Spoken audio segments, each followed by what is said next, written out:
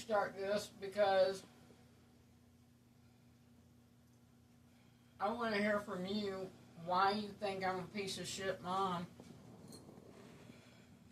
I want to know why. Because you harassed me to get a doctor. You're harassing me to get an injection. And when I give you the look that just says I don't want it, I'm getting screamed at. I didn't ask you to play mom. I asked you to be there when I needed you.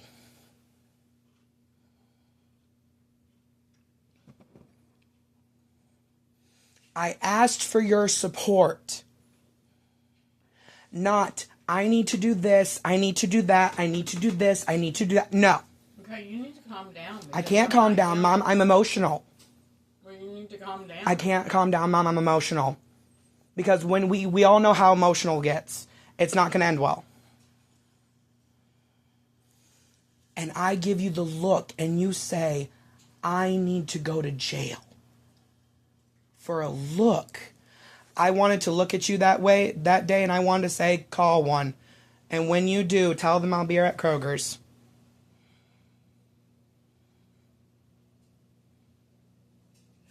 Yeah. But I need the treatment. I'm the only one who needs the treatment.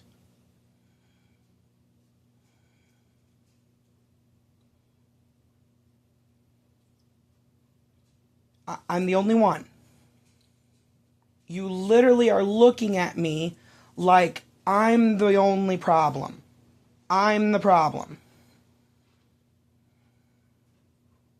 You literally said, I stopped being mom when you turned 18. Do you know how that sounded that day? That sounded, I never wanted you. And when you turned 18, I'm done dealing with you. That's how it sounded. When did I say that? You said that yesterday while you were calling Kristen. Don't even.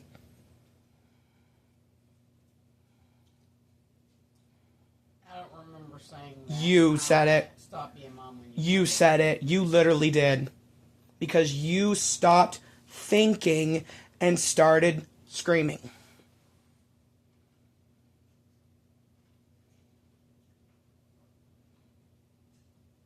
Stop.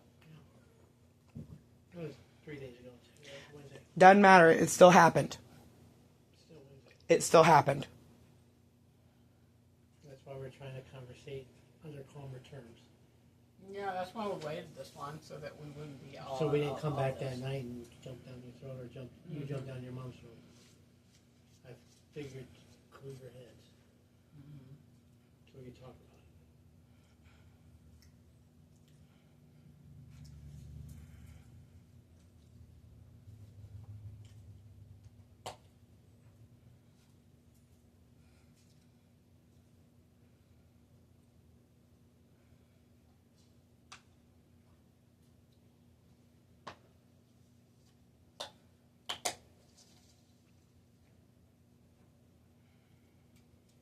I think that came out wrong, or you It either take it wrong. it came out very wrong.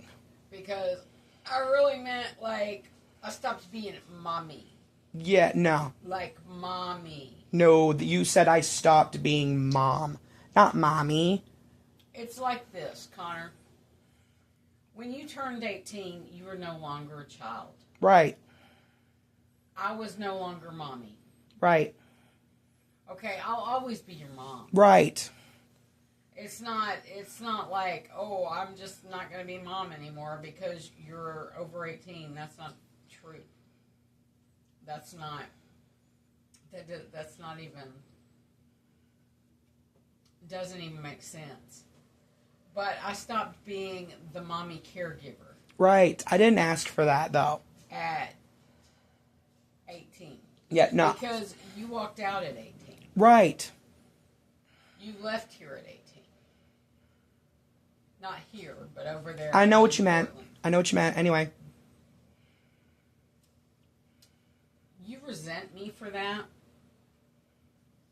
And I know you do. It's been obvious ever since it happened. when you lived with Misty, I heard about it back then that you resent me. You don't see the picture of it. You feel like Mom pushed you out. When you were 18, Connor, you were really struggling with, you didn't like the fact that I wanted you to do the dishes once in a while. You didn't like the fact that, you know, you had to keep your room cleaned. The same thing, same scenario as now. Like, it's really not that different. And you had a social worker back then. And I told you, you need to go look at options.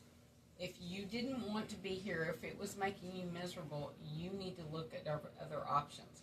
So you and your social worker went out and looked. But you didn't just look like I asked you to do. You called me up and said, Mom, I found a group home. I'm moving out Tuesday. It was a Thursday.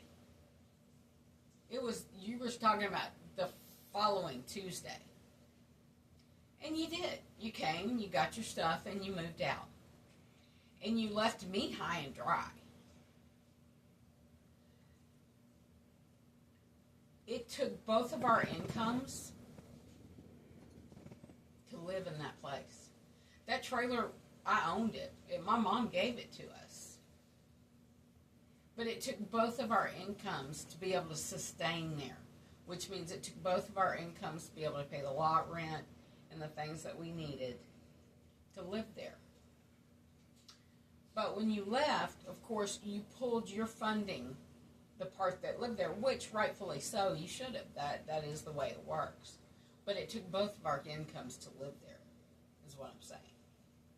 So when you pulled that, you left me high and dry. And when you made that decision, it caused a cascade of problems, okay? I couldn't make rent anymore. Rent still had to be paid, but yet you weren't there anymore. You were gone within, 4 days? You told me Thursday. You were gone Tuesday. Rent was pulled. I didn't have enough to make it. I became homeless because I didn't have enough to make it. And therefore, I had some friends. I thought they were friends. So therefore, they said, oh, come live here. So I had nowhere else to go. I had nowhere else to go. So I moved in with them. Ended up being a cult. Yeah, it was messed up. Interesting thing, I ended up getting abused. But I had nowhere else to go. I had to sell my trailer for what little money that they gave me for it at the trailer park. And I had to walk away from something that I owned because you literally bailed on me. But you look at it as if it was my fault. And that you resent me for that. And you've resented me for that ever since that happened when you were 18. Even though I'm the one who went through everything. And it wasn't even my fault. Your whole life, Connor, I have made sure you've had a roof over your head. That you've had food in your belly. That you've never had to go without internet. That you've never had to go without lights, without gas, without heat. You had a good daddy until you were 10 because, not for any reason, but he passed away. He had a heart attack because he was a very large man. And he had sleep apnea and snored. And it was hard on his heart. And he died. He too didn't go to a doctor. And you know what? I loved him. I loved Matt. But he too wouldn't go to a doctor. He too wouldn't seek the things that he needed to seek to get better and to be healthier.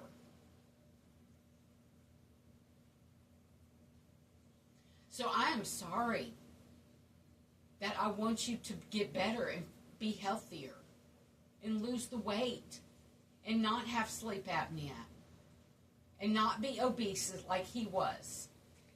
Because I don't want to lose you. Because I don't want you to die. Okay? I lost him and I loved him. I don't want to lose you because I love you. And if that makes me a piece of shit, Mom, so be it. I have literally given you everything that I could in this life. I've advocated for your autism. I worked with the schools. I tried to do everything the right way. And when you called me a piece of shit, Mom, it was an absolute slap in my face for everything that I've tried to do for you. Connor, you have literally sat there and told people that you want to do nothing, be nothing, but sit home, collect a check, and be on the internet, play your video games, be with your friends, and just do nothing. People in this life that do that and they don't want to grow up and live life end up on the street. Have nowhere to go. Live down on Skid Row. They have to go to warming stations because it's too cold during the winter here. They have to go to hotels when they scrounge up the money to do it. They stand out with a sign that says, we'll work for food. They depend on the kindness of strangers, and that's it. They don't have anybody else. Connor, I'm all you got. I'm it. Your daddy's gone. Your Baba, she's old. The only other people that are your Grammy, your Big Mama, they're gone. The only other people that is even around is Stephanie. You've got Stephanie. She's the last family member that gives a shit about you. Really? My dad, he's old.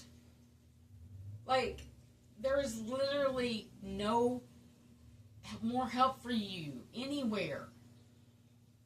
And when you moved here, you said you wanted us to help you. You said that you wanted Eddie. Eddie wanted to help you. Like, we wanted to be able to help you get your own place.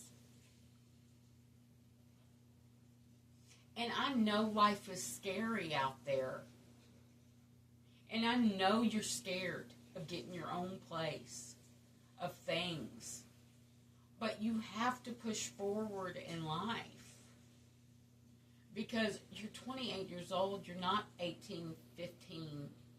You know, you're not underage. It's like I tell you, you can't be talking to minors on the internet, 11 years old, playing games with them and stuff. Because you're too old, you can get in trouble. I know you think of yourself as a kid still, in a lot of ways. But you're not. You're an adult and you have to push forward as an adult. You have to go out there. You have to make mistakes and fall on your face. And learn from them. And pick yourself up. And do better next time. You have to get out there and be grown. I had to do it. Eddie had to do it. Everybody has to do it. You have to be an adult. Go out there and be an adult. You know, pass or fail. Figure it out. You have to do that once you get a certain age. I mean, you don't have the option I did, but I joined the military. Right. And that's what helped me, because I was doing the same thing as you were. And When I was I younger. tell you what, though, the military's hard. Do you think I'm hard? No, they harder. That you think Eddie's hard? He had to learn how to be flexible and get out of the things that were his comfort. Because the military makes you. But they may turn you into a man. You have chosen in this life some difficulties, Connor. You've chose difficulties in this life. For one, being not just homosexual, but as you put it with the doctor, gay as hell. It's true. It may be true, but it's going to be a more difficult life. And you know that. Because the world doesn't see gay as hell as something that is very acceptable. As they, they just don't. They're not there yet. And so that's a more difficult life. Yeah, chances are being alone longer. Yeah. Instead of having a relationship, it's harder being homosexual. But Yeah, and you've got to learn how to be comfortable with being alone. Because it's going to be harder to find a partner, like Eddie said. It will be. I don't know what the story is between you and Kobe, and personally, it's not my business. But if by chance that does not work out or whatever, it's hard. It's hard for a heterosexual couple to find each other. It's really hard for a homosexual couple to find each other. It's possible, but it could be a lonely life because it takes so long. Stop stalking, boo.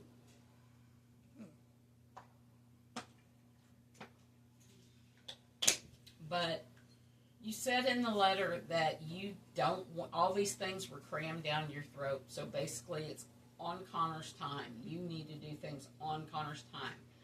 Okay, that can't happen here. On your time can't happen here. We didn't bring you here to come home and be basically my kid again and just hang out at home, go do your job for 4 hours, come home, eat, play video games, tie up the living room, which was one of the things that we said was part of your rules that you did not follow. Literally, you haven't followed any of them. The rules that you signed, you haven't followed any of them. You put Charmed on, it's on all day, or you put your YouTuber on, it's on all day, and you sit there in your chair and you got your goggles on, and that's what we asked you not to do. Like, literally. And that is not why we brought you here. It wasn't, oh, thank goodness the nightmare's over. I get to go back to being a kid. Because that's kid behavior. That's not behavior that adults have. Unless they have their own home and that's what they want to do. But again, we brought you here to help you, and you put in that letter that basically you didn't want any of that help. All the things that you listed that you wanted, that you didn't want, is kind of why we brought you here. To get you set up, to get you going, to get you on your own. So you could live a life that you wanted to live. So, really, you came here for the wrong reasons.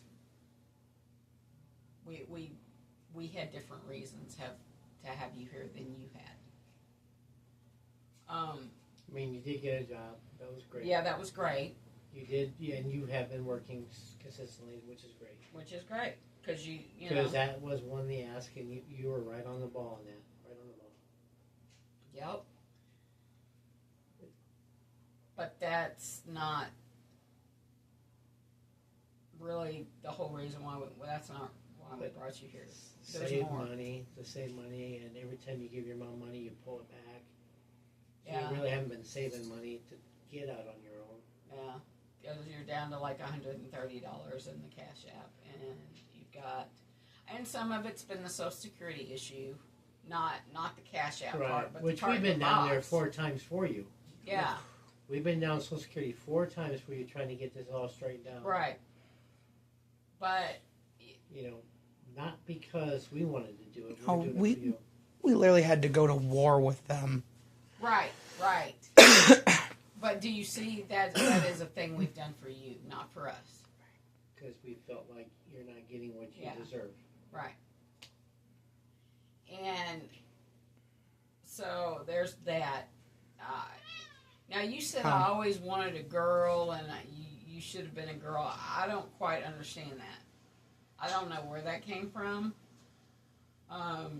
Because honestly, before I had you, I was pregnant with another baby that did not live. And I was so distraught, and distraught means sad and I'm sick, aware. basically. I was so upset that I lost that baby that I would go to sleep crying and I'd wake up crying every day because I wanted that baby so bad. And so, but I was diabetic, and that baby wasn't healthy because my blood sugars were so high because I wasn't taking medication. And so after I lost that baby, I decided to stay on insulin. I didn't need to stay on insulin if I wasn't going to try to get pregnant again, but I decided to stay on insulin so I could have another baby. So I could be ready, to conceive another baby. So when I conceived another baby, I was so happy, Connor, and which the baby was you, and I was so happy to have a child, not necessarily a boy or a girl. I didn't know what you're going to be. I was so happy to have a child that I didn't care what it was as long as it was healthy. And I knew that would probably be the only child I'd be able to have because it was very hard for me to have you. I had to stay on insulin the whole way through, and not just a little bit of insulin. I had to take 4 shots a day. And I had to walk every single day and get exercise every single day.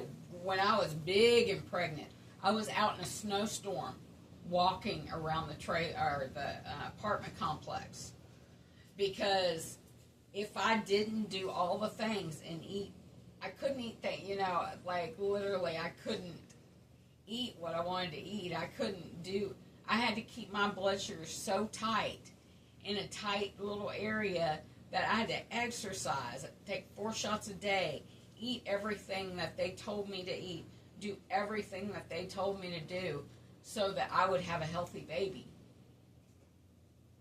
And that was the most important thing to me. I didn't care if you were a girl or a boy. I don't know where that came from, but in your head, but that was not realistic. That was not real. Some things that we think in our head are not necessarily real. We have to use judgment to be able to decipher what's real and what's not. Some things are just not reality. Some things we get from shows, some things we get from influence outside in this world, some things we get from people telling us stuff. Some things just aren't real, and I don't know where that came from, but that was not real. The feeling of it was probably real, and I get that, but do I wish you were a girl? I didn't care. Most important thing to me was that you were alive, and I was grateful because there was some parts of my pregnancy where you were in my belly, and I couldn't feel you move. And it had been days, and I couldn't feel you move. And I was scared to death, and I'd go to the doctor, and they had to put this big old vibrator on my stomach and shake my whole stomach, and then you would move. And I had to do that several times because I was so scared that I was going to lose you. So, please don't think you know my feelings on things when you don't. I was very grateful to have whatever I could have. Like, you know, if I really wished you were a girl, I would have done weird things like dress you up like a girl, do this like a girl, do that like, and I didn't. I let Connor be Connor.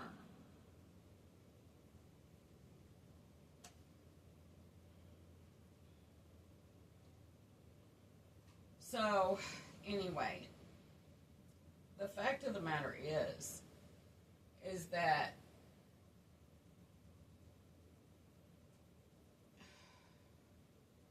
you came here to get help and you don't want it. And I get that that is your prerogative and that's your choice. But we're not going to let you live here. Just live here. So, Eddie and I,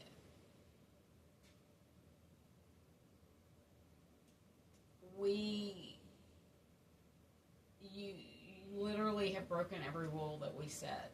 You've walked around my house naked on several occasions, not just the one where we told you don't ever do it again, but you continued to do it. Even after we bought you a robe. I don't know what that's all about and how you could even think that would be okay, but it wasn't.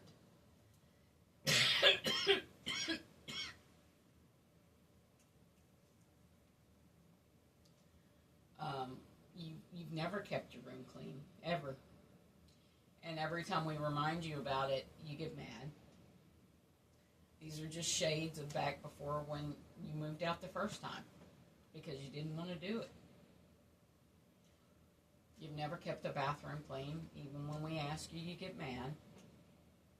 We left you very, very simple rules. Very simple. You know, like I said, you've pretty much broken every one from about at, usually it was about a month in. When we'd sit down and have a conversation, you'd do really good and strong for about a week. And then you didn't again. So honestly, Eddie and I are just tired. You've been here about 7 months. And you have been. It's been since July. You have kind of put a basically stop sign up every time we try to do something to help you. You don't want it. You told me you don't want it. We were looking for low-income housing. We were out there looking for you, getting ready to go low-income housing. Then you wrote that letter And to then your you mom. wrote that letter, which made Which me I go, would never call my mom that, because if you insult your mom like that, you're insulting me. yeah, I was going to say, you're lucky Eddie is a very kind-hearted person, because any other man might have pulled you right out of that room and beat the hell out of Breaks you. my heart, man. Because he loves me. He's in love with me. So when you call me something like that, and really you didn't have a reason, that big of a reason, other than I yelled at you, as I broke it down, surely you can see that there was a lot of wrong in that letter. We always say things that we regret, or write down things we regret, and then But when we we are our regret it, words. it's too late. Yeah. I If mean, it's we're written kind of down, our words. Or if it's said, and no matter what context it's taken out of, it's too late. I mean, you're my stepson. I mean, you married your mom, you're my stepson. And he took you in because he loves you. You know? I took you in because I love you. I didn't have to. It's not my job. That's what I'm trying to get at. It's not my job as a mom anymore. My job as a mom when you were young was to feed you, take care of you, house you, make sure you were warm, make sure you were comfortable, make sure you were loved, make sure you were all the things that you provide for a child. As a mom, that is not my job anymore. It shifts as you become an adult because you were supposed to take care of those things for yourself and anybody else that comes along in your life, a lover, a friend, a husband, a wife, a child. Like, it switches as you get older and you grow up. That is what I meant. And if it didn't come out that way, I apologize. I was angry. But that is what I was trying to relay to you. It's not my job as a mom anymore. I'm not a mom anymore. That's not it. Those things were laid out there for you as a child. As you become an adult, those things change. I'm not there to feed you, clothe you, comfort you, all the things you do for a child. They can't do it for themselves. So the mom or the dad or whatever takes care of that. But once you be old enough to take care of yourself, which you are, according to all standards, that changes. It's not the mom's duty anymore. You know, I have duties to my husband because he's my husband.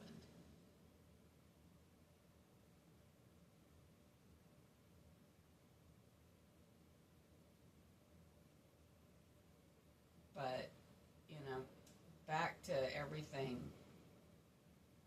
We brought you here to help you get a place of your own. You don't want that. You want things done on your time. From the way I'm understanding everything, you want things done on your time, and it's not your time. And but literally, here in this house, it is not your time. It's our time because this is our house. We have rules. When you get your own place, you will have rules. You don't want somebody to come walk into your living room and take a crap on your floor. Those, you know, you may not have a lot of rules, but you'll have some. We have rules. We don't have a lot either, but we have some. You know, we've worked hard for the things that we have and the time that we have together because we don't get a lot of time together. And so we want to keep it and protect it.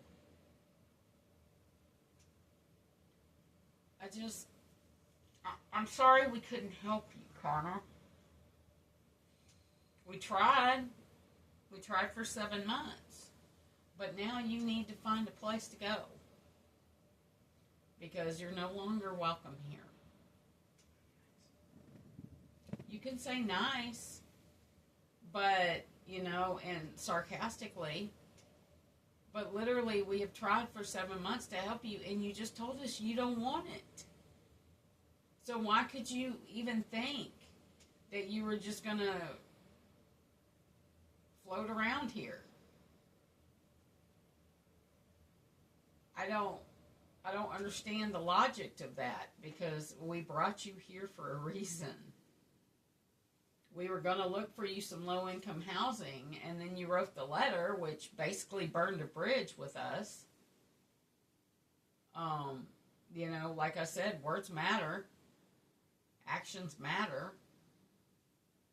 In a perfect world, we'd own our place, and then we would have some property and have you build a place, you know, on our property, so you'd have back your own in the place. woods Yeah. somewhere or whatever, wherever We you just want to don't be. have But we that. don't have that. We can't afford that. That was never given to us. But that was something we were wanting to do but we just couldn't do it. We can't. You know, I wanted to look for you low-income housing so that you could afford to live in it. I was literally thinking about sparking to pay your bills. Mm-hmm. which is honestly ludicrous. It's ridiculous to think that I Or would have come over once a month to help you clean. Yeah. She was thinking all that. all that, which honestly is ridiculous because I'm old. I'm getting older, and I'm not healthy. You know, but I was thinking about all of that. And then the letter came.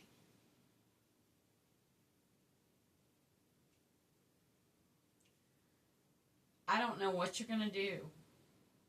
I'm scared for you. You don't have a whole lot of friends that I've seen, especially anybody that you could say, hey, you want to get an apartment together? I've got my portion of it.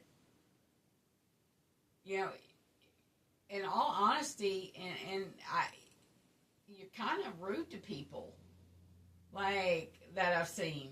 You don't help people out with anything, and you're kind of you don't really show kindness and love to others, and so. I mean, I know you got your internet friends and y'all play your games or whatever, but I haven't even seen you with some real life friends in a long time, and I never see Kobe even come over anymore. Come by to get you, or y'all go do anything or anything.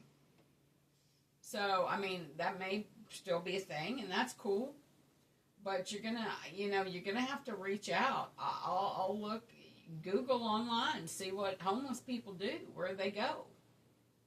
You know, I don't know if you know any of the old group homes or whatever, or to call. Maybe you can reach out to Misty and ask her. I'm sure she still might have some connections with somewhere to go.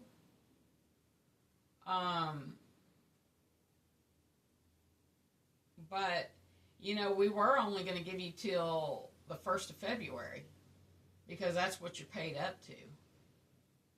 But because we love you and we think that you'll need longer than that to find a place or something, we're going to give you another month till March 1st. So you have the rest of this month and all of next month to try to find you somewhere to go. And she's not being mom. No, I'm We're not. not going to tell you to go to the doctor. We're not going to tell you to go there. Try to get a therapist or Nope. go all that, or we don't even care about the injection or your meds. No. I mean, that was all stuff that's all you. You don't want to do it, you're an adult, you don't have to do it. You don't have, you don't have to feed the cats, you don't have to do No. anything. All we want is you're renting now from us, so until March 1st. So by renting, you're renting that room. Which means you stay in the room. The room, you come out, get something to eat, you can sit out here and eat, or if we fix dinner as a family, you could have dinner out here. Right. The room is your apartment. Basically, and then yeah. your bathroom, and you got access to the kitchen, or cleaning supplies, or the washer and dryer. That is basically what happens when you rent a room from somebody, and you're not, that is what it is. When you go and you rent a room in somebody's house, basically you just rent that room. You have a TV in there. You get privileges for the kitchen. You get privileges for the bathroom. I thought about taking the TV out, but I didn't know if you had one or not. But I'm just leaving the TV. You hurt. You made a very bad situation worse. Very bad situation worse with us. I love you. I will always love you. You're my son. But I'm not catering to Connor anymore. And this was, this was a very, very difficult conversation for me to have. Because I do love you. But sometimes people have to hit rock bottom before they actually do something. And maybe that's the scenario. Because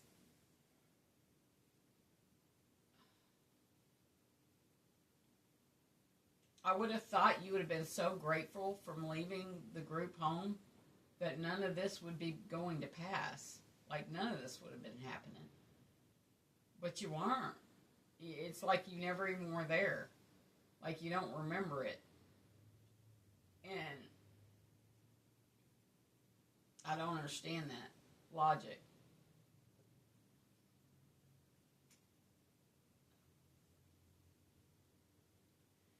I mean, you could reach out to Stephanie, see if she has a place that you could stay for a while.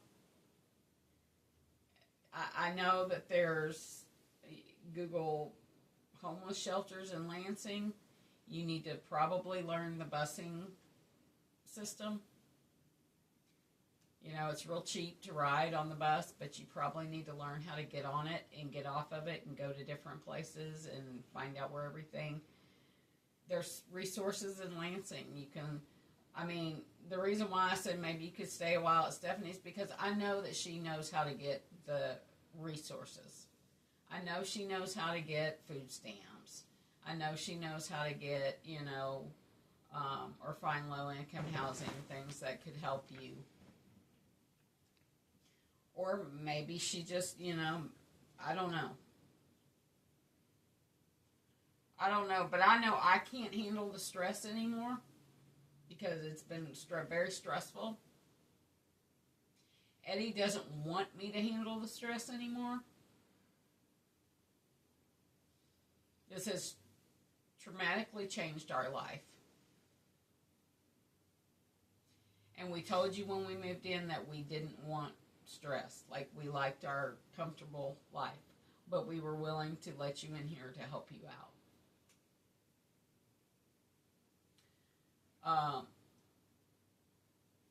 Now, conquering another thing, which you may not know, in your letter you said that your therapist did not take your insurance anymore.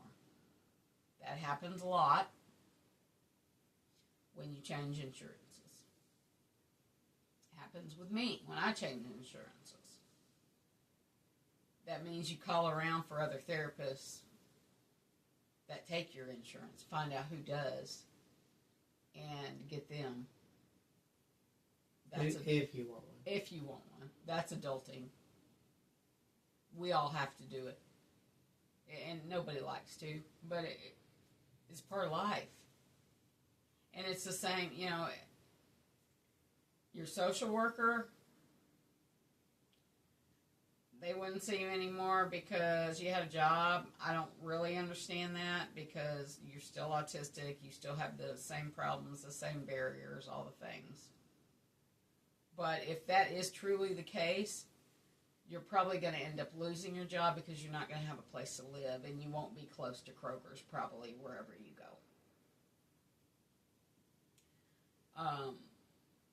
So you might want to reach out. DHS, county mental health is usually what social workers are through. All you have to do is Google Lansing County Mental Health. You can get the phone number, call them. There's also a resources that you could call. I was going to call it for you, but I'm not. After that letter, you need to do it yourself because, again, you can choose to do it or not to do it. It's your choice. I'm giving you the resources. If you get on the phone and dial 211, it is basically almost like a switchboard operator, and they try to give you solutions. They try, all you have to do is say, look, I lost my place. I had a place I was staying at. I can't stay there anymore. Now I'm homeless. I get Social Security. Are there any resources for me? Is there anything that can help me out there in Lansing? And they will look it up for you, and they will hook you up. Or they will tell you who to call. I know my friend Sue uses it all the time when she needs rides to places. But they literally do everything for people that are lower income. You can call them or don't. That's an option too. I'm giving you options. I'm not telling you you have to do them. You're an adult. You need to figure it out on your own.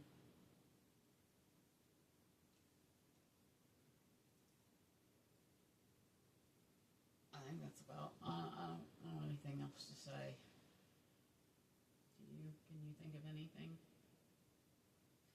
Oh, also, Eddie said that he knows wherever you go, you probably cannot take your stuff with you at that point. Not that much stuff. 'Cause Not you that own- much you own a stuff. lot. You have a lot in there, but you're welcome to use that room as a storage to keep your stuff keep in it. there. We're We'll not keep going to it have for anything you. with your We're stuff. not going You to got throw your stuff in the stuff out. shed out there. That's yours. I'm not going to touch that. That's your stuff. Yeah, we're not going to throw it out. You can come back or get a hold of us and get it whenever you want it or need it, Right. wherever you're at.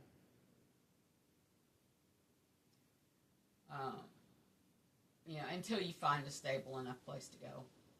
Or a place to hold everything. Yeah, if you, somehow you got a low income apartment or whatever, and you, you could take it to that, whatever. Your money comes to the payee account. I will take it and transfer it to your independent banking account, all of it. Starting March 1st. Every single penny that you get in that account, I'll just switch it over. That way you have access to it. It really sucks because you have no ID now. So that is really important for you to get. You're going to have to find a way to go get it. That's why I said maybe check the busing system. Because homeless and no ID, that's a problem. And you can't get services with no ID. Like, you need an ID.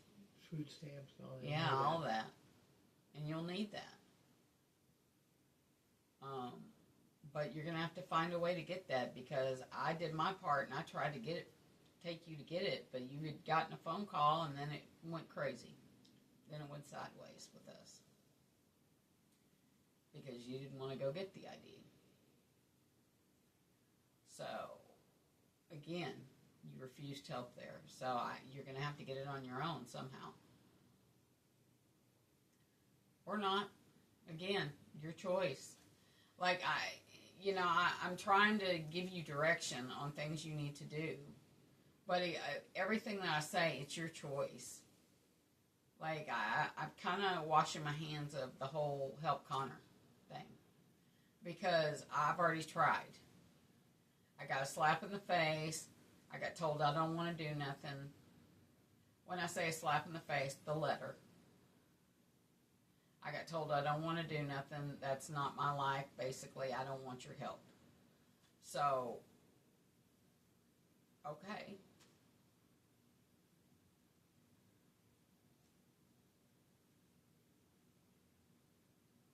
We're done helping. So we're done. We don't want to help anybody that doesn't want it. We're not going to force it on you. And as far as forcing Jesus down your throat, I feel like that was way out there, because we watch church every Sunday. That's what we do. That's a part of our life. We have accepted Jesus. We follow Jesus. And this is our home. In this house, we worship the Lord. This is our home.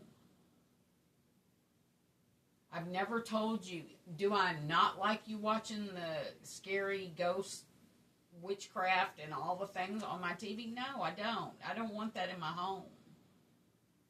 When I changed my heart and I changed to follow Jesus, I don't want that stuff anymore. I realize I used to watch it. I realize I used to be a different person. I'm not that person anymore. People change.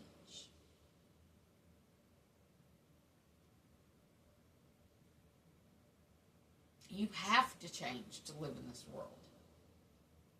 Like, you can't be that person you were, 15 years ago. I'm not that person I was 10 years ago. Like, we go to church, we watch church on TV, and we pray. Because our God is the most important thing to us. And whether it is to you or not, okay. We don't want to force our Jesus on you. We don't ask you to sit in here and make you watch church with us. Sorry if you thought we were forcing it down you, because I didn't think we were. Yeah, I didn't.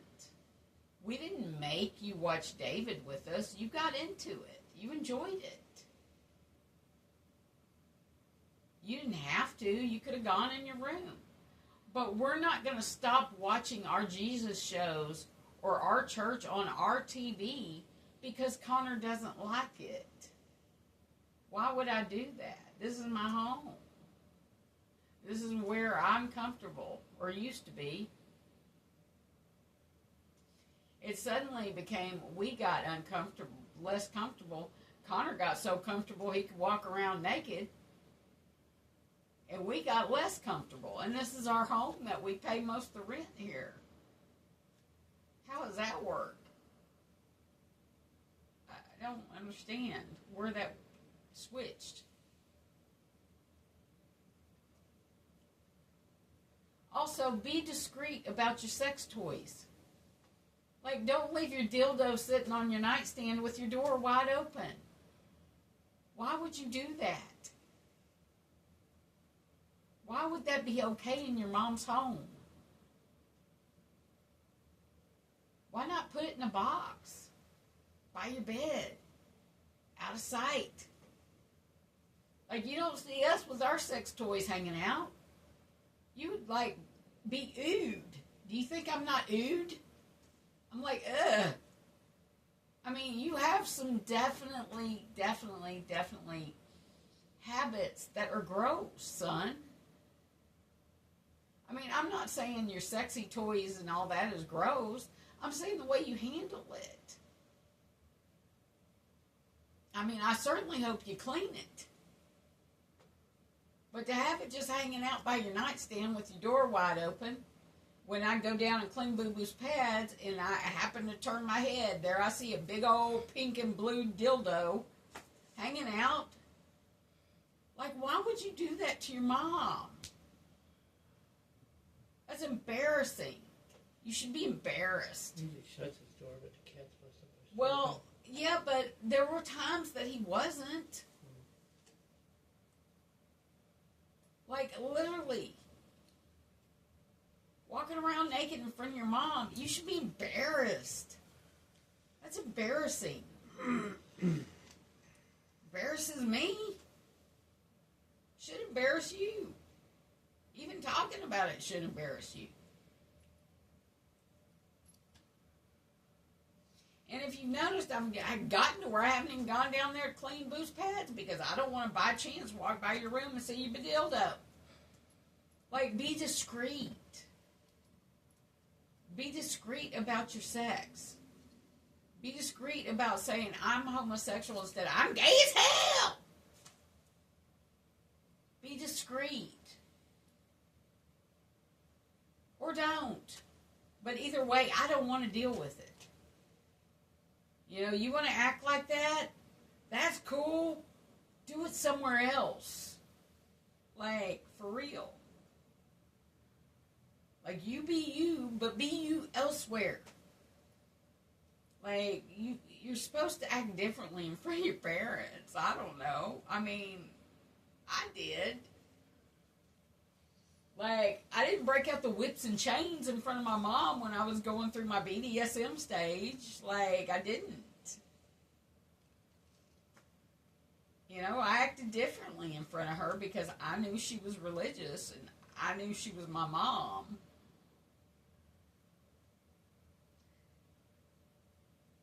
Anyway, I'm done talking. It's just, you can say if you have something else to say, feel free to say it. But that is the way it's going to be, and we're not going to change our mind. So if you don't prepare yourself by March 1st, you will be just outside and have to go somewhere. So my suggestion is prepare yourself. Try to find somewhere to stay and look up homeless shelters, group homes, whatever it takes to not be out on the street in the winter. March is still winter. It's usually better than this, but it is still winter. We're keeping you through, we're trying to keep you out or in the indoors and until the worst of this part of the winter is over. Hopefully there'll be no more snow on the ground. But, like I said, what I'm telling you is just suggestions. You don't have to do anything. But what you will have to do is leave our home on March 1st. You can hate me for the rest of your life. You can resent me. But the sad part about it is you've kind of pushed my hand on things. They call this the hand that literally you bit the hand that fed you. That's what they call that. That's the saying of that. You bit the hand that fed you. And just like back when you found a group home and you pushed my hand not to take you back in for 7 years because of the chain of events that happened, made me be like, no. It's happened again. You're not learning by mistakes. And I don't know why that is. So, but again, you've pushed my hand and you will never be able to come back to live. Come back to visit. You can come back and I'll give you a meal. And every once in a while you could come back and get a shower. But I will never let you back in my house to live. You have taken advantage of those things.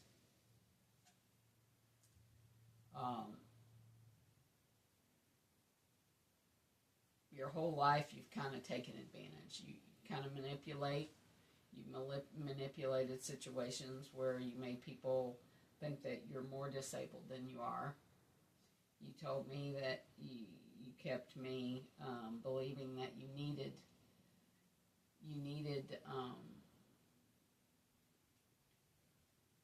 special ed because it was easy, and you wanted a parapro to help you through school. You literally told me that you really didn't need it, but you acted like you needed it so you could stay there because it was easy. You play the victim a lot when it comes to your disability. You make it out to be worse than it is. And they call that manipulation and lying. And I just can't have it anymore in my life. Like, makes me sad.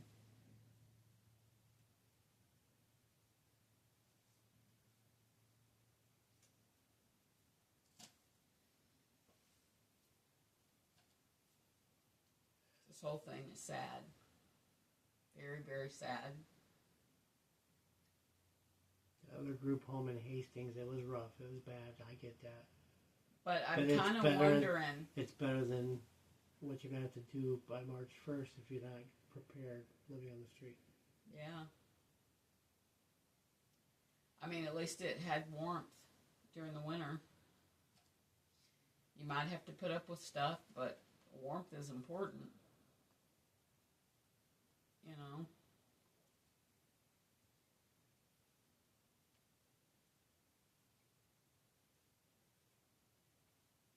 I thought it was going to be good because I thought she was a strong woman and that she would really help you. But everybody has a breaking point, and I wonder what got her to her breaking point. Because I only see one side of the story because you're my son, and I never talked to her about what happened, what brought her to that point. But He recorded her. She was pretty beat. yeah, she Yeah, was she's pretty very beat. She abusive, broke, very yeah, abusive. she was kind of abusive, yeah. But the thing is that my thing is that sometimes you can like you could have recorded me when I was yelling at you, and then blasted all that on the internet. Oh, this is a Karen. This is my mom. Boy, she's doing all these things to me. But people wouldn't actually see the real story. They wouldn't see that you walk around naked in my house. They wouldn't see that, you didn't follow any of your rules. They wouldn't see all the things that have happened leading up to that point. And I didn't necessarily see all the things that happened leading up to, I don't even remember her name, but her name losing control like that. Because it takes something for people to lose control. And I'm not sure what it was. All I saw was your side. And I'll be honest with you, I had to restrain your mom after she read that letter because she was willing for me to go in there and pack up all your stuff and leave it out there on the porch. Yeah. That's how bad it hurt me. And she cried on my shoulders. Like, yeah. Like, You got it. You got one mother. Yeah. She's got one son. Yeah. Abby, And I would do this to Abby too if Abby was in the same boat as you. And Connor, I have never, ever called you a name. My whole life. I've never dumbed you down. You said I was abusive, but I've never dumbed you down. I've never called you stupid or dumb or I've never called you retarded. I've never called you names. I've never called you anything. Just as threats. And nobody needs to go to jail for nothing. But I've never been that way towards you. And yet you called me abusive. But that letter was super abusive. Do you know what a narcissist means? Yes. Okay, I'm trying to figure out where you see me as a narcissist. Because I love people and I help people. And you see me help people a lot. And you've seen me help you. And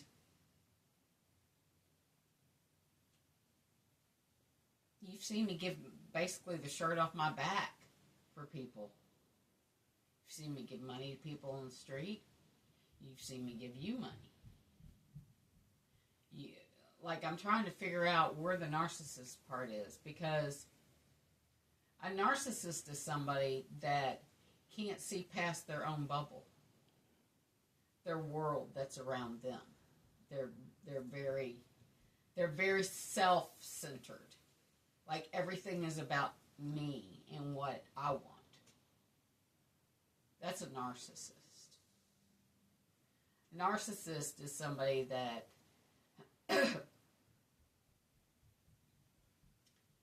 gaslights people, makes them think that they're crazy for their own benefit. Okay, I've lived with narcissists. Your biological father was a narcissist.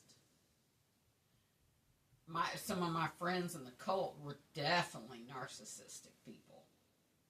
I don't truly believe you know what a narcissist is because you never had to live with one and you've never been around one, really.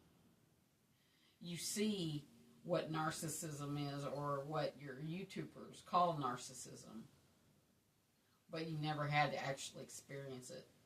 I'll assure you I am not a narcissist. But, again, you have your own beliefs. And if you choose to believe that that's the way I am, you choose to believe it. Everything about me that you feel is your beliefs. I can't change that. Nothing I say is going to change that. That's you in your head. Sometimes when I used to break up with people, my therapist, when I had to work through the cult thing with Hex, She says, do you realize you're mourning something that was never real? Like what you're mourning is not real. She said, your feelings are real. And I get that. She said, but you're mourning a relationship you wish you had. Not the relationship you really had. Sometimes we can mourn things in our head that aren't real. The feelings are real. We think of them as real because we wish that's the situation it was. But sometimes it's just not. Sometimes it's not realistic. That's why I had to go to therapy for 2 years. Because I was thinking, my thoughts were not real. A lot of my thoughts were not real. I lived in kind of a fantasy world on things, certain things. And that was a big reason why, big reason why I had to go to therapy. Is because of that. Not saying you do or don't. Everything that you do is up to you at this point. Like, I'm just telling you my scenario of what I went through. We even got a set of dishes for you. We've had that for a long time. Yeah. For when you were getting your own place. It's in our closet. Yeah. Brand new set of dishware. Yeah. Like, literally, I did not want this to happen. But sometimes, sometimes other forces make a chain of events to happen.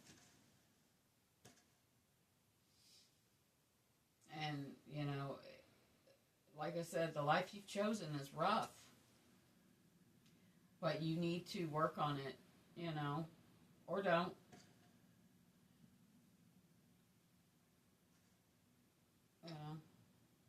I don't know. So,